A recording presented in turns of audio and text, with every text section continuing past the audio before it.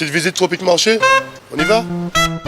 Alors on a le rayon jus, avec les sirops, tout ce qui suit. On a des ignames blanc, igname France, igname jaune, avocat, patates douces, des cives, persil, bananes, christophine, riz, haricots, la pâtisserie, le poisson, le lambi, attention, et les boudins, les acras. On va prendre un peu des épices, boudin, sauce chien, graines à roussil, colombo, pâte à colombo, sauce colombo et tous nos fameux piments aussi, des vrais piments.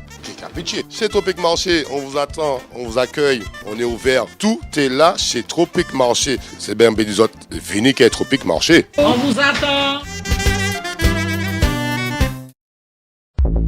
Martinique Actualité. Voici quelques-uns des sujets que nous allons aborder ce soir. Ce dimanche 8 mai, la France hexagonale et celle des Outre-mer commémoraient la victoire des Alliés contre l'Allemagne nazie.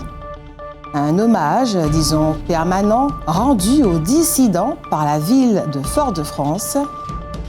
Le Salon de la beauté et du bien-être, organisé par la société Intersalon, a enfin pu rouvrir ses portes au public. Sondage, si on donne davantage de pouvoir à nos élus, la Martinique va-t-elle mieux se développer? Vos réponses dans un instant. Et en fin de journal, le savoir et réfléchir de Roland Laouché, les États-Unis et l'Ukraine. Voilà pour les titres. Et pour commencer ce journal, tous les chocolats sont caloriques. Il faut donc éviter en cas de régime. Et si on ne veut pas grossir, il vaut mieux se contenter de 1 ou 2 carrés par jour. L'air aujourd'hui est bon.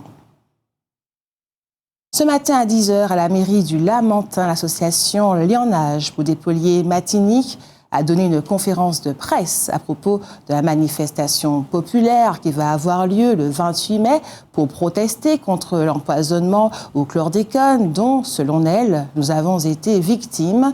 36 organisations politiques, syndicales ou associatives ont appelé à cette manifestation.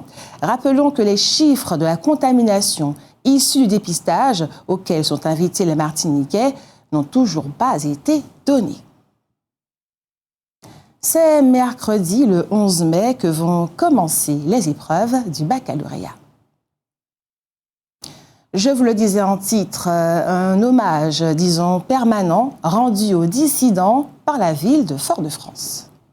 Le maire de la ville de Fort-de-France, Didier Laguerre, a inauguré en présence du préfet de la Martinique l'allée de la dissidence hier, dimanche 8 mai, vers 9h. C'est une allée qui part du kiosque Guédon et va vers le quai du bord de mer. Même si la dissidence concerne la Deuxième Guerre mondiale, des membres de l'association Pays d'Étain Martinique ont profité de cette occasion pour remettre aux descendants du soldat Georges-Charles Marie un peu de terre de la nécropole de Verdun où est enterré ce dernier. Le soldat Georges-Charles Marie est mort le 2 octobre 1917 à la bataille de Verdun. Une statue de Siparis a été inaugurée à Saint-Pierre. Cet homme qui se trouvait en prison a la réputation d'être le seul survivant de la catastrophe du 8 mai 1902 dans cette ville. «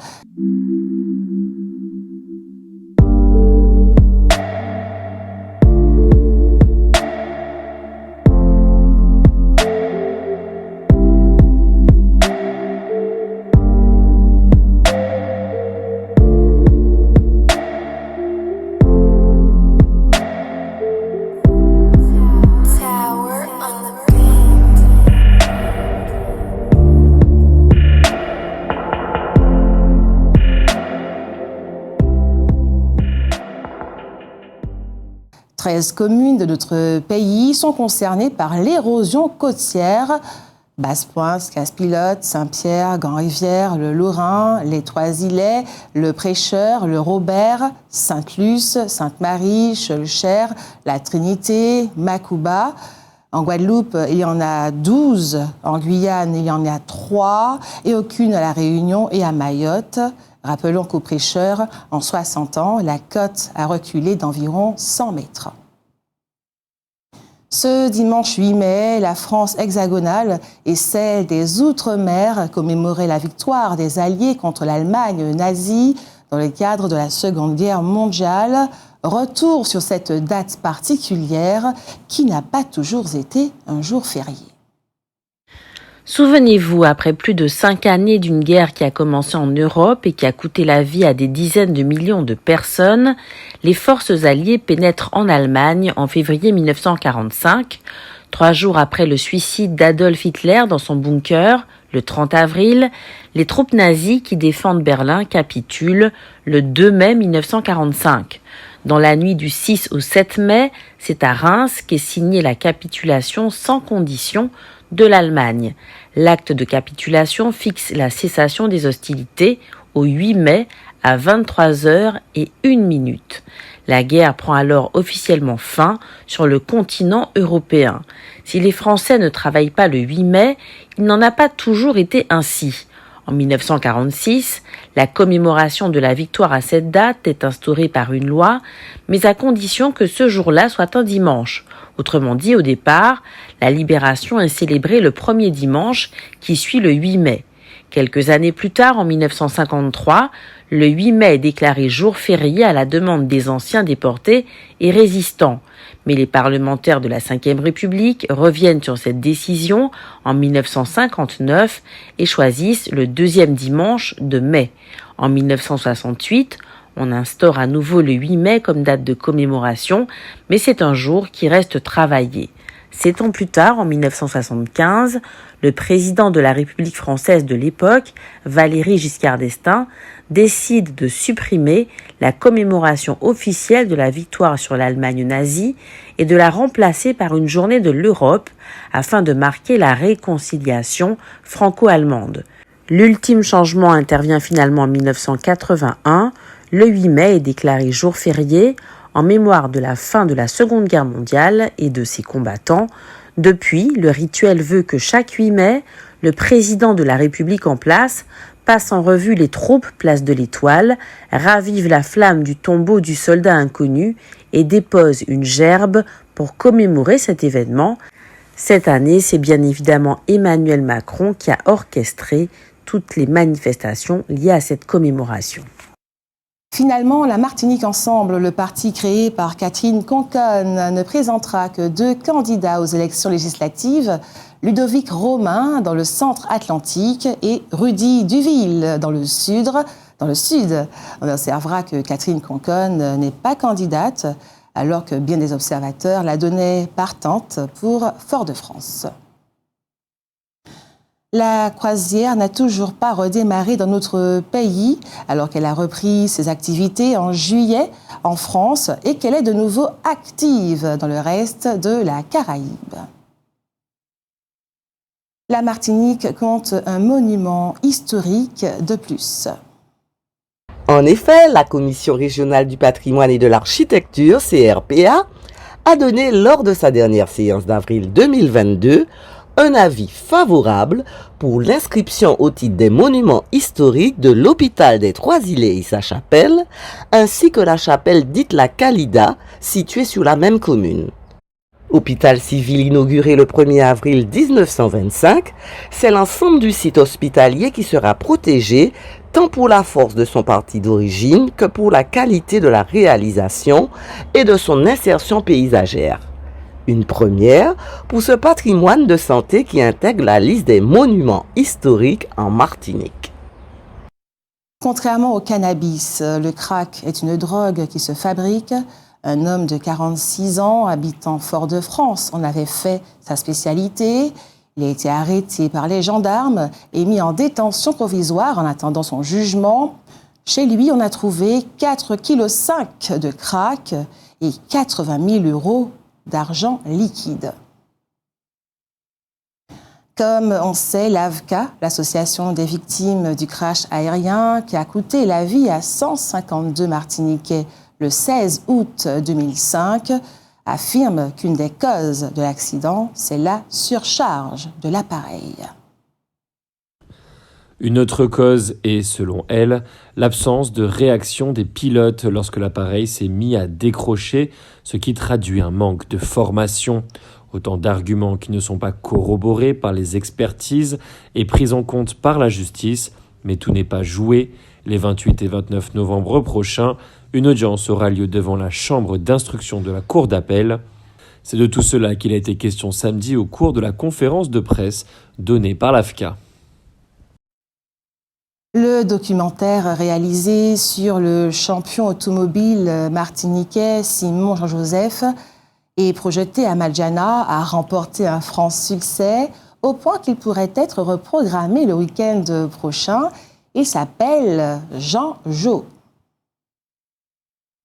Vous le savez sans doute, la climatisation peut représenter un coût significatif pour les ménages. Chaque modèle est présenté avec un indicateur de performance énergétique allant de A++ à G++. Plus l'indicateur est proche du A, plus il sera performant. A l'inverse, des modèles indiqués en dessous de C voire D seront des gouffres énergétiques et donc financiers. C'est pourquoi il est recommandé de bien regarder cet indicatif avant d'effectuer son achat, car si un appareil peut être abordable, s'il est énergivore, cela pèsera très fortement sur le portefeuille par la suite. Disons-le encore une fois très clairement, le parti La République En Marche, qui est le parti du président de la République, ne s'appelle plus La République En Marche, mais Renaissance. François Fillon, l'ancien Premier ministre de Nicolas Sarkozy, a été condamné par la Cour d'appel de Paris pour détournement de fonds publics, complicité et recel d'abus de biens sociaux à 4 ans de prison, dont un enferme, 375 000 € d'amende et 10 ans d'inéligibilité. Quant à Pénélope Fillon, sa femme, elle écope de 2 ans de prison avec sursis. On se rappelle que François Fillon est accusé d'avoir grassement payé sa femme avec des fonds publics alors qu'elle n'effectuait aucun travail. Ce week-end, à l'hôtel La Batelière, après 2 ans d'interruption suite à la pandémie de Covid-19, le Salon de la beauté et du bien-être, organisé par la société Intersalon, a enfin pu rouvrir ses portes au public.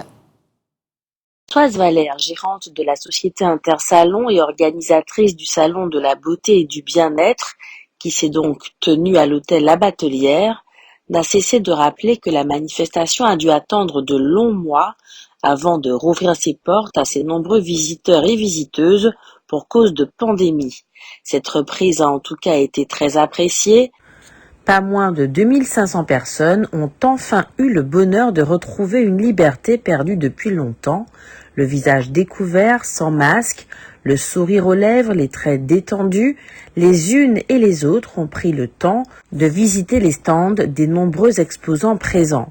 À l'occasion de la 21e édition du Salon de la beauté et du bien-être, et dans ce contexte nouveau où la vie semble reprendre enfin un cours plus normal, ce sont les produits artisanaux naturels pour les cheveux, la peau, le corps qui ont été largement privilégiés, comme pour rappeler qu'il est effectivement important, plus encore maintenant qu'avant, de prendre bien soin de soi et de s'offrir des moments de détente et de bien-être.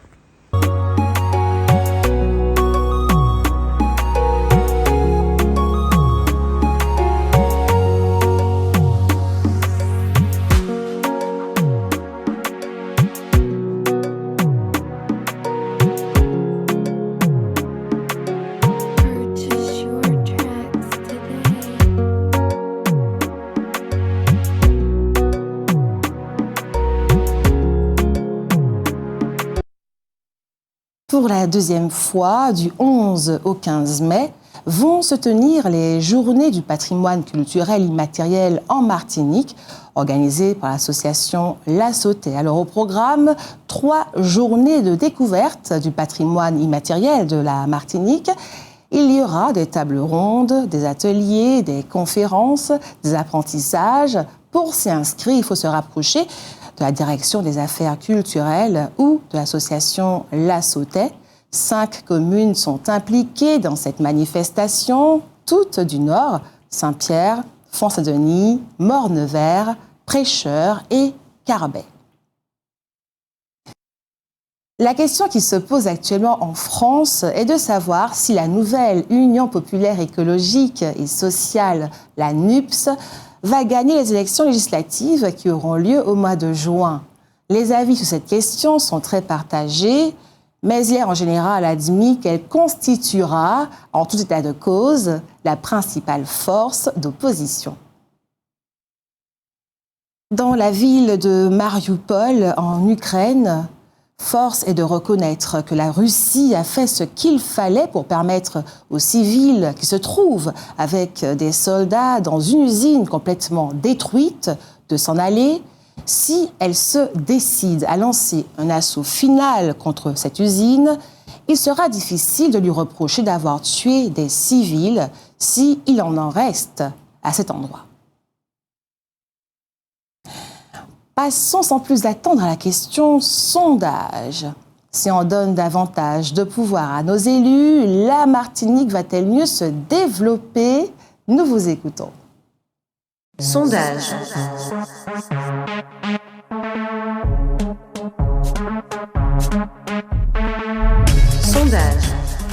Sondage. Si on donne davantage de pouvoir à nos élus, la Martinique va-t-elle mieux se développer ? Quel que soit le nombre de politiques, en grand nombre ou en petit nombre, cela dépend de leurs compétences pour gérer les affaires en Martinique et dans le monde. Puisque nous sommes rattachés à l'Europe, c'est international, nous sommes dans tout. Alors donc il faut des gens qui sont compétents pour cela.